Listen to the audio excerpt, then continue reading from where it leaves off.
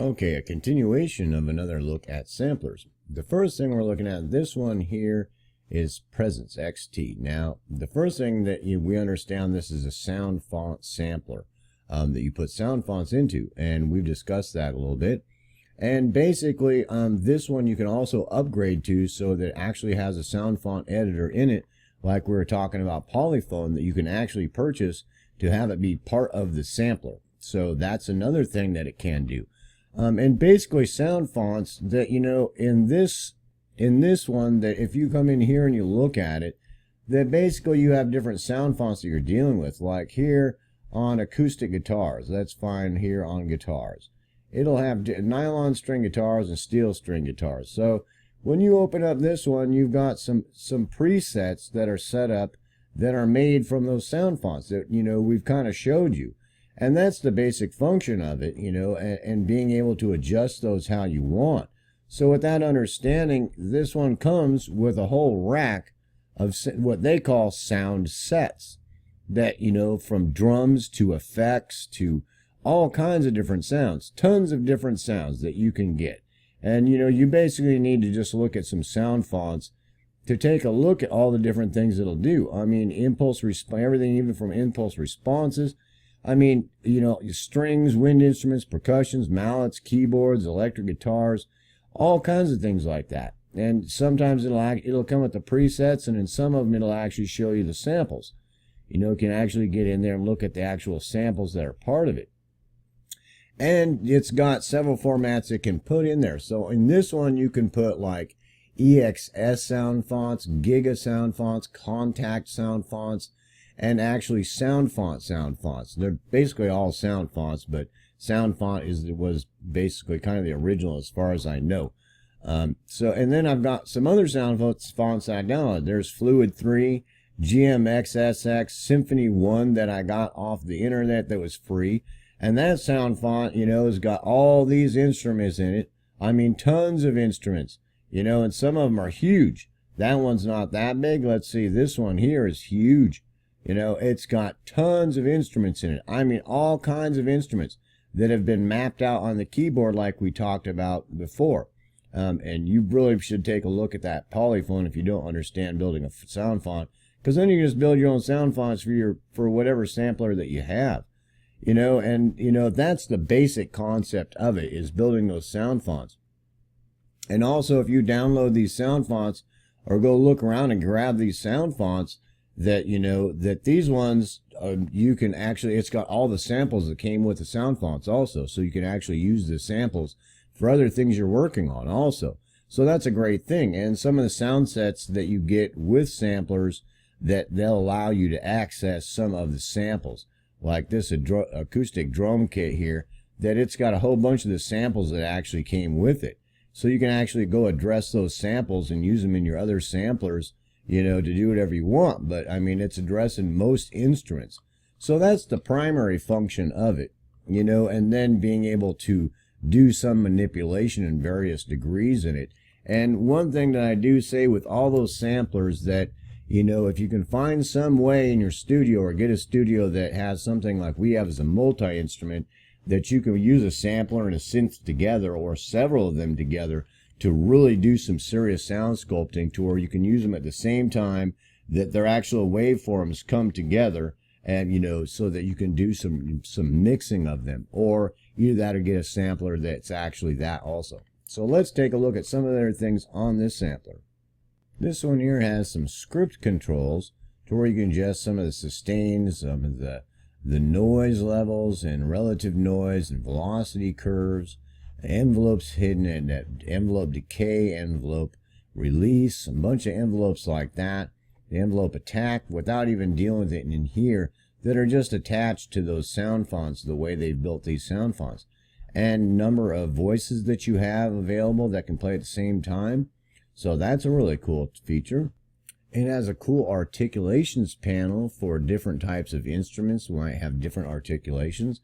Here's a steel string guitar, and you can look at it here that, if you engage any of these keys that have red on them or pink on them, that the guitar will act more like it's open, or that you're doing hammer-ons, or that it's muted, or that it's slightly dead. that it plays harmonics, or that it does slides when you're playing from one note to another, or some types of FX. So a whole lot of different sound fonts built into this, or that you can get, will have a lot of articulations that you can set up, so while you're working, that you can actually put articulations on some instruments that don't sound realistic without those articulations. But that's a really cool thing, huh? All right, some of these parameters. This one syncs it to the rhythm. This one syncs it to the key, so that the LFO actually is functioning in key with the song. So it's not, out of key and just some random frequency, that adjusts it to whatever key you're playing in. This one adjusts it to where it's free. That means that whenever you hit it, that oscillator might start at different times, and which basically going to mean that it's, the phase is going to start at different times throughout whenever you hit a key. That's pretty cool. All right, this parameter allows you that there can be an offset on the start of the sample. Depending on how hard you hit the key, that it's going to offset it a certain amount, depending on the velocity of the key. That's a very interesting parameter. Pitch, fine-tune the pitch, and we've talked about that. Fine-tuning the pitch. Sample shift lets you shift the sample playback speed without affecting the tone. So you can it won't change the pitch, but it'll change the actual speed of the sample playback. And then transpose, that you can transpose the incoming note. So that's pretty cool. All right, this one, the punch actually makes it more aggressive, so that it actually in the filter, as the harder you hit the key with velocity, that it adds more punch. Drive allows you to add some saturation in the filter module. And soft is hard or soft cut off, to where that the clip on it is hard or soft. So basically you're dealing with, it's gonna hard or soft cut this as it slopes off.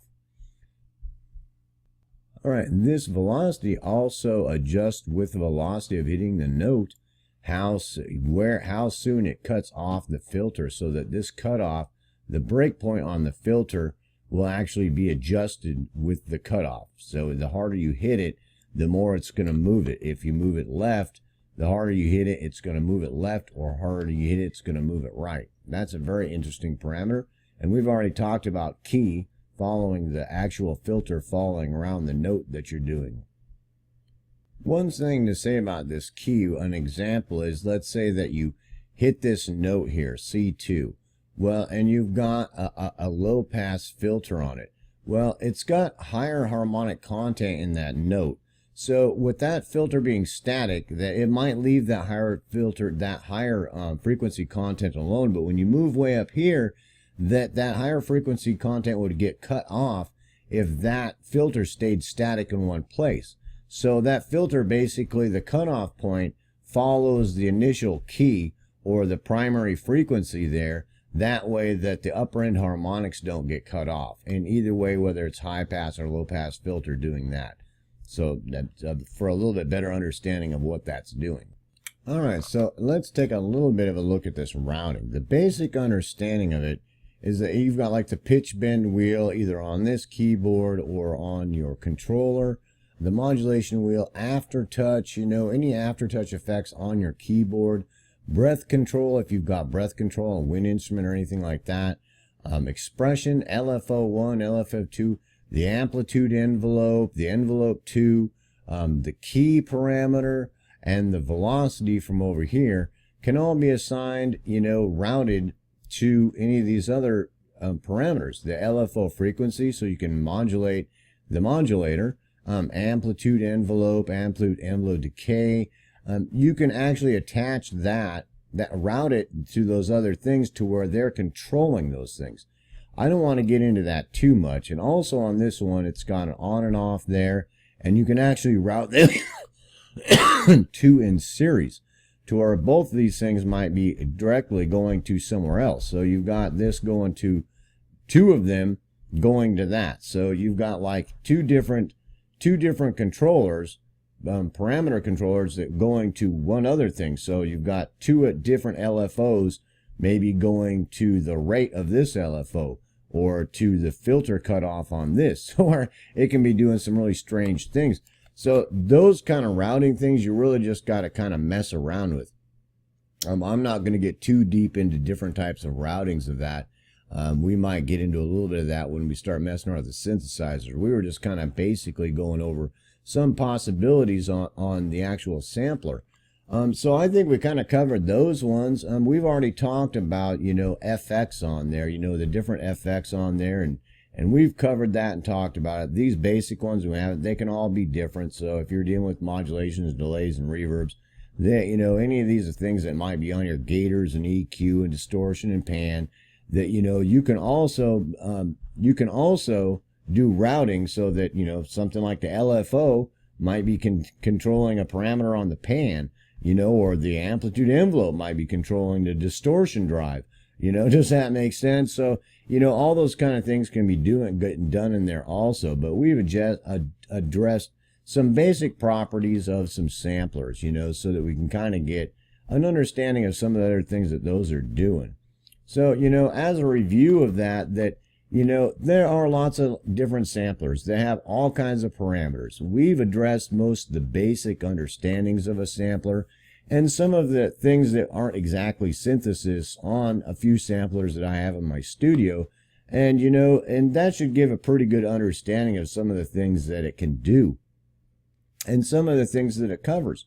I do suggest that you research samplers for what kind of stuff you want to do, with keeping in mind with the things we've talked about, and and get a sampler that's going to work for what you need it to do.